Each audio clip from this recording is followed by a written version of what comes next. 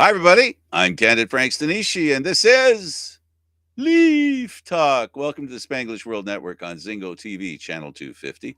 Please remember to download the Zingo TV app at the respective app stores for iOS and Android devices. While you download, make sure you rate and leave a comment. Both apps are absolutely free. Zingo TV is available on Google Chromecast, Amazon Fire TV sticks, Roku sticks, and all smart TVs 2016 forward.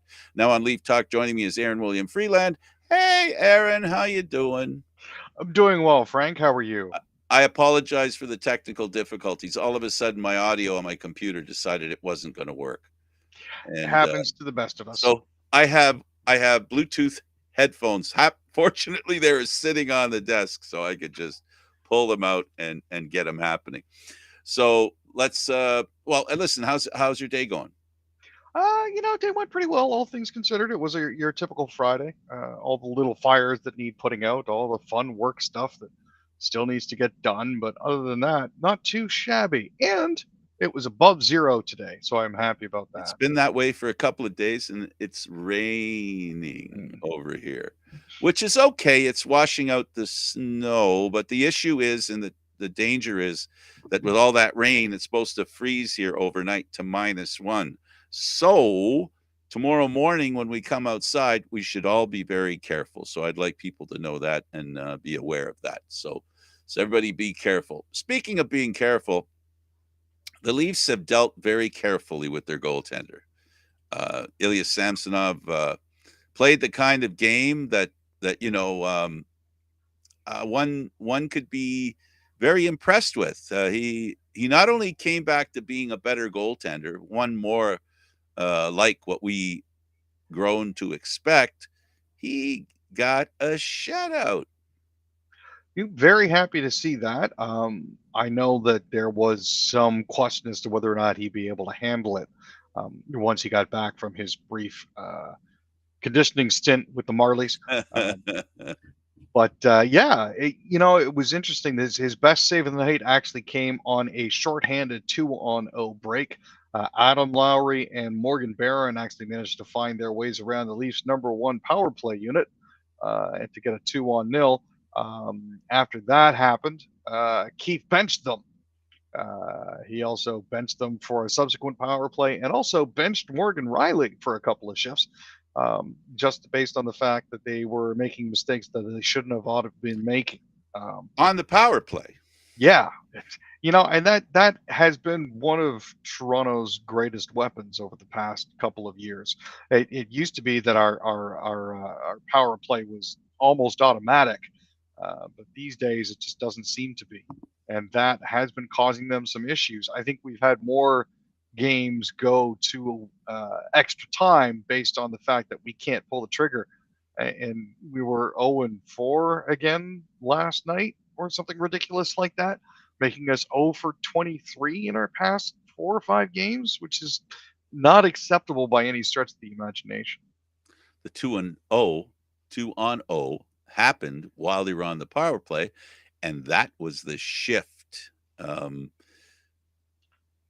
Matthews made a defensive mistake, had a defensive lapse as did Marner. They were tired, and they just let the two guys go. They turned around, went to the bench. Um, I think, Aaron, this is the issue in Toronto is they have really good players. We all know that they all can play really well. The one thing those players don't have, which superstars, um, I don't know why they appear to have it. Maybe they don't. Maybe I just think they do. Guys like Gretzky, they play a little more consistently. I don't know if it's something players nowadays. I don't know if it's because Leafs have never really had the type of players, Matthews is, Nylander seems to be, Marner was, and underline was. Um, we're not accustomed to those kinds of players, so we really don't know what it's like to have them. But it seems to me, if I compare them to other teams' stars or the stars, if you're looking at the upper echelon, you expect one thing from the upper echelon, and that is consistency. And the Leafs suffer that a little bit, and I think it's because they're not that insulated, with players that are better than the ones they've got. because of the salary problems. I mean, there is that to consider as well. It's one of those issues. But I, I honestly, I'm not 100% sure what it is with this team and why they play the way that they do sometimes, and why they suffer the defensive gaffes. I understand that it's tough for players to be on 100% of the time, but this is one of those situations where you're on the power play. You know you're going to be last man back at some point. You don't pull what they pull. And then there's Samsonov, who on more than one occasion in that game was alone. Yeah, There were two 2-on-0s, not one. There were two, and you rarely see a 2-on-0. I mean, I'll be honest with you, I can't remember the last time I saw a 2-on-0, and that's every game that I've watched. Right? We're not talking just about the Leafs here. You watch any other hockey game, and you watch your mandatory, if you're a hockey fan, 2 to 3 games a week. If the Leafs aren't playing, that means you watch another game because, well, I got to get my fix of hockey. And so, and if you don't remember seeing a 2-on-0 in a while, that tells you a lot about having two in one game. it definitely does. And it's one of those things that should really be a wake up call for the Maple Leafs. But well, I obviously will have to see exactly what happens in the future. But at this point here, it just looks like I'm they were out to lunch and they need to smarten up, straighten up, and fly right. I think is what it basically boils down to.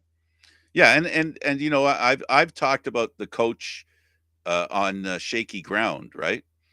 Well, he's not going to go down without a fight, and not and maybe a fight is the wrong word.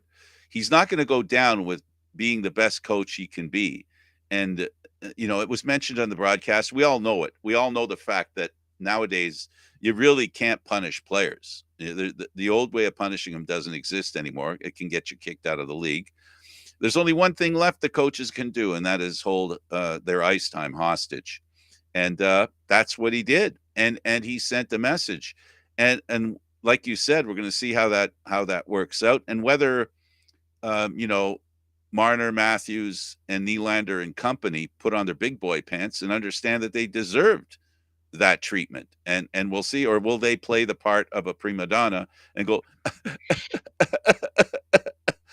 let's see. Like that's what championships teams do. They accept their failures and correct them, and as immediately as possible, because the objective is to win. And that's what the Leafs haven't done in the playoffs, other than winning a first round. And they can't play like that against really good teams. But they were lucky they were able to play that way against a really good team in Winnipeg, and they played that way and they won 1-0. They played poorly defensively, and we saw, for a change, the Leaf team goalieing the other team. And that's the thing that Winnipeg also had their other goalie, and that would have been Laurent Brassois, Ooh, who, ooh. you That was know, a little shot across the bow, right? well, I mean, there's always that possibility that he does the same thing to us, you know, um, that we did to them, and uh, I think one of the things that's eating at me the most here is the fact that I mean, outside of the defensive lapses and outside of the fact that they're, not doing potentially as well as they could be, um, John Tavares hasn't had a point since January 9th. Ooh. Yeah. So, that is genuinely a concern. And he When was an also almost minus $11 million player doesn't get a point, that's and -4 in that time period as well from oh, January 20 from January, basically. ooh, Yeah. No, nothing against San Jose, nothing against his old team, the Islanders, nothing against Colorado, Detroit, Edmonton, Calgary, Vancouver, Seattle, or Winnipeg. And, absolutely. they're going back into the Lions' Den on Saturday evening. And um, A mean, a mean team, which they are, big defensemen, mhm. and now you're going into their hometown where you lost where they lost on the road. Now you're coming home to their place. What do you think the chances of them being fired up is? I'm thinking that's pretty much a guarantee at this point. The first 10 minutes of that hockey game is going to be something spectacular. I tell you, Frank, it's something I'm looking forward to. I do hope it goes well for them, but not do too you well. think? Do you think Samsonov will play back-to-back games? At this point in time, all signs point to yes. There's enough time between starts. This will be his. It'll be after 3 days. So I think the reasonable expectation is Sammy did well against him at home. Let's give him another shot on the road. Typically, Sammy has played better on the road than he has at home. How So can he play better than the shutout? another shutout. Hey, come At on, three man! two on ones, at 3-2 on And O's. 3-2 on ones, yeah. Like putting together a string of shutouts is always a good thing. Yeah. No, you know what? Um, it's a tough. If you think in your head, if you were Coach Keefe and you're thinking about putting him in, you're saying to yourself, well, I got him. He's confident. Will the rest become an issue, and we put him out there and lose all this great stuff that he's proven? His stock has all of a sudden risen, and now do we take a chance and go on that stuff? The trouble with goaltenders is they go on runs. That's the thing don't want to do. You don't want to terminate that either. Yes, you don't want to play back-to-back games with the same goaltender. Understood. But this isn't back-to-back in the sense of, the next night type of thing. No, this is day off. This is a couple days off before getting right back at it. But again, the other issue here is you give Winnipeg the opportunity to more thoroughly analyze Samsonov's game and potentially break it down a little bit more. I noticed he was a lot quieter in goal than he By the has been way, in previous events. I had a goalie coach tell me that's the wrong terminology.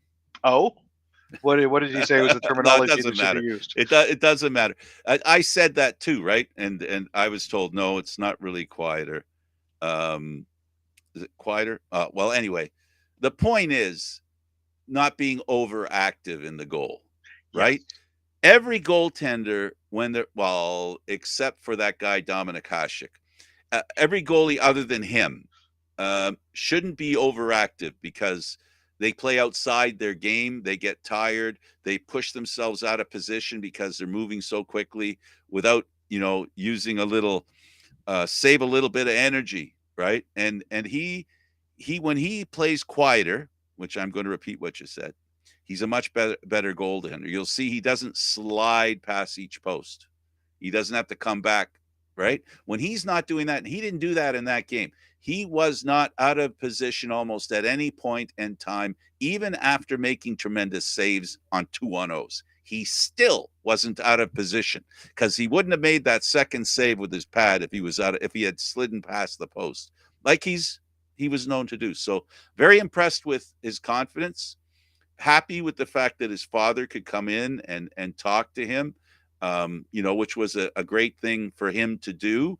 And I bet I have some ideas that maybe the Leafs kind of said, why not? And go ahead.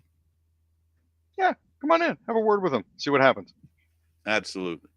Okay, let's talk about the AJHL. They cancel. What are they canceling here? So the Alberta Junior Hockey League has a few teams that are actually jumping ship to the BC Hockey League. In all, there are going to be 5 teams out of the 16 that are going to be leaving for the new year. In response to this, the Alberta Junior Hockey League has canceled all upcoming games involving those 5 teams against its 11 remaining clubs. That's the Blackfalds Bulldogs, the Brooks Bandits, the Okotoks Oilers, the Sherwood Park Crusaders, and the Spruce Grove Saints, who are going to come under the BCHL umbrella in 2024-2025. They announced that we're responding by taking steps to protect the competitive integrity of the AGHL and CJHL playoff system to ensure the safety of our players and officials. To this end, until further notice, we've canceled all upcoming games scheduled to be played between those 5 defecting teams and the remaining 11 teams and at the core of our league. Games previously scheduled amongst those 11 teams will continue. Out of respect for the players on the 5 defecting teams, we will allow scheduled games amongst those clubs to proceed. So it looks like they're basically saying, "Hey, you guys don't want to play with us? Fine, we don't want to play with you. We're going to take our ball and go home." Oh boy. As long as the players don't suffer too much, because I really don't care about management. It's about the players and them not suffering through um, the adults having conversations about the game. Yeah. And a similar thing happened for a Quebec lacrosse team that was close to the border with the Ontario Junior Cs. They decided they were no longer going to be playing in the OJCLL anymore, because of the fact that there were also tournaments that they wanted to play in Quebec, but under the new OLA rulings, unless you're participating in events directly affiliated with Ontario Lacrosse, there is the risk of a fine or suspension. So, these rules that are made to protect the integrity of sporting bodies very often have unintended consequences. So, Well, anyway. Let's talk about the PWHL. They're going to be playing at Scotiabank Arena, and they're going to be playing what they're going to call the Battle on Bay Street. so this is huge news, mainly because trying to get tickets to people have been trying to get tickets to PWHL games for the past, well, since the season started, and they're basically sold out for at least the next 2 years. But the hope is by moving the game from Mattamy to Scotiabank Arena, everybody who wants to get tickets will be able to get tickets, and hopefully they'll be able to fill at least the lower bowl. Um, I'm guessing based on the interest that they've seen so far in the PWHL, they feel reasonably confident that they're at least going to get the lower bowl sold, if not the upper bowl as well. Unfortunately, they're doing it on the 16th of February, and I'm going to be in Montreal to watch the Toronto Rock take on the New York Riptide in an away home game for the New York Riptide at the Place Belle in Laval. Sort of a way the National Lacrosse League is trying to stimulate a little more interest in the game outside of Ontario, and try to perhaps get Montreal back into the mix and potentially Laval. Absolutely, get Quebec involved. Okay, let's talk about the Leafs, and let's talk about Nylander, and let's talk about the fact that if the Leafs can get a goal, and then Matthews and Nylander are both on that score sheet, they both will hit milestones. Well, Nylander is currently sitting at 491 points in 567 career games, so he's inching ever closer. The way that Willie tends to get points is in bunches, so we could potentially see him reach 500 points in the next 3 or 4 games. As for Austin, he's currently sitting at 599 points with 338 goals and 261 assists. So all he's got to do is get a helper, whether it's a primary or a secondary or pot one, and he's going to be hitting a milestone. And Max Domi, another bit of a surprise, is sitting at 394 points after 627 games. So there is the opportunity for him to take that next step and join the less than 3% of players in the NHL that have scored more than 400 points, which is huge for them. Let's look at the Jets and the Leafs, and let's compare them, starting with Sure. goaltenders. If Samsonov plays the way he did, that guy, that big guy in the other side there, Hellebuck, um, he's going to have to play as well as Hellebuck, which he did the last game, but that wasn't Hellebuck in goal. But still, It Sammy really didn't do himself any favors earlier in the season. Despite his shutout performance, he's still sitting at an 875 save percentage compared to Hellebuck's 925.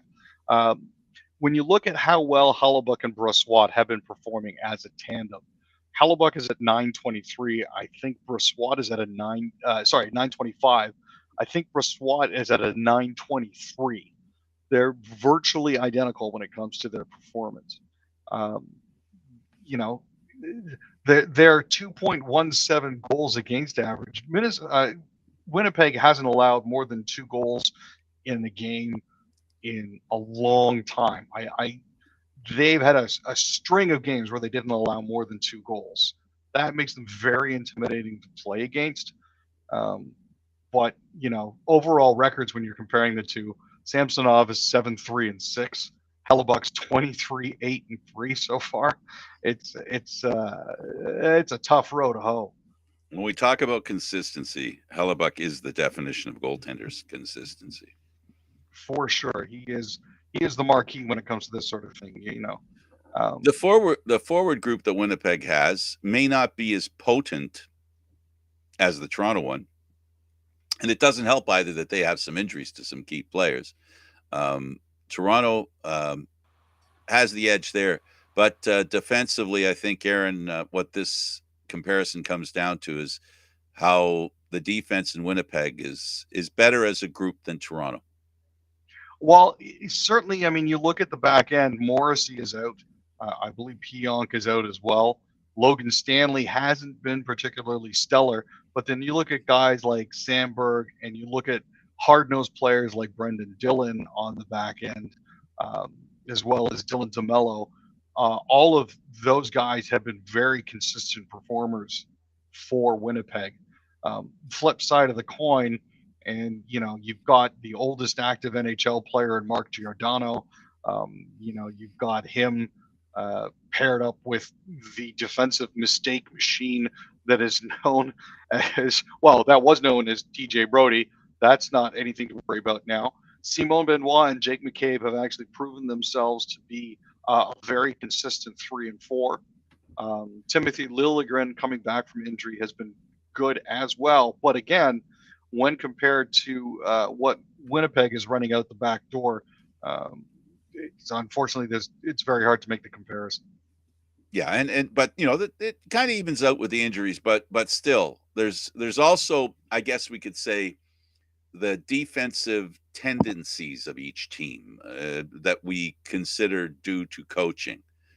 Winnipeg is a little more dedicated to the defensive aspect of the game, considering they have the least goals of any team in the National Hockey League scored on them. So I think it's safe to say they know how to play defense. The Leafs, on the other hand, I think they're like what, not 17th, but ninth. I think, I'm trying to remember. I don't remember.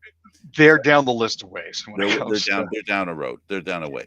Yeah. So the important thing here for the Maple Leafs is, let's not forget and remember that this is a team with a lot of pressure on them. They've had success in the past. They've had it consistently. When you look at the standings, okay, without talking about playoffs and stuff, this is a team that's played well consistently. They've acquired more than their share of points consecutively. They haven't had a down year yet. Winnipeg, on the other hand, after making it to the conference final, have had difficulty playing as well as they have in the past. This is them sticking their head above water again after getting rid of some guys who didn't want to be Jets. And now they brought young guys in that want to be Jets. And that's really important. And Winnipeg is a much better team now. They're more of a cohesive unit, where the past couple of years it's been questionable. And the best move they made was bringing Hellebuck back. Oh, for sure. Captain. For sure. Him and Shifley those are two of the guys that you wanted to see back. Absolutely. All right. Okay, let's go to the other Canadian teams. We'll talk about Monahan and the Canadiens. So Monahan scored twice, and the Canadiens hung on for a 4-3 win versus the Islanders in Patrick Roy's homecoming. There was a very nasty hit by Brendan Gallagher on Ryan Pelech, one of the defensemen for the New York Islanders. He saw that he was going to be missing him with the puck and deliberately threw an elbow. Now, what actually happened was he got a match penalty. Barzal and Ryan Palmieri scored on the ensuing 5-minute power play to tie the score with 3:32 left. Today it was reported that Gallagher had a phone hearing with the Department of Player Safety. What this means is if he is to be suspended for his elbow, and it was a very deliberate and blatant elbow, his suspension would not be longer than 5 games. I do hope Pelech, for and his the fact that it was quickly. A phone call tells you there's no suspension. Well, if the most he get suspended, they drag him in, right? Well, the most that he'd be able to get would be 5 out of that. So, And how about the Sens? Brad Marchand scores in overtime, and the Bruins beat the Senators. Senators can't find any luck, can they? No, but here's the thing. I do appreciate the fact that the Senators, as far down in the standings as they are, took the Bruins all the way through until 148 of overtime before Brad Marchand finally managed to put it away. That goal was actually Marchand's 396th and his fifth in 4 games, and put him past Ray Bork into fifth all time with the Bruins overall when it comes to scoring. So congratulations to him on that. I feel a bit like the Invisible Man, Aaron. Oh, very much so. Just a little bit. Thanks for doing this, buddy. Hey, no, I appreciate that, Frank. Glad to be here. Apologize for the technical difficulties early. Uh, thank you, Aaron. I'm Frank Stanisci. Thank you for watching Candid Frank Leaf Talk, seen live Mondays, Wednesdays, and Fridays at 6 p.m. This show can also be heard on the Spanglish World Radio Network. For Leaf Talk, other news, entertainment, and sports programming we offer, please check out SpanglishWorld.ca. Spanglish World. Watch it, hear it, read it, download it, and live it. Thanks for watching, everybody. Enjoy the hockey this weekend. Hockey Night in Canada is back again. It's Saturday night.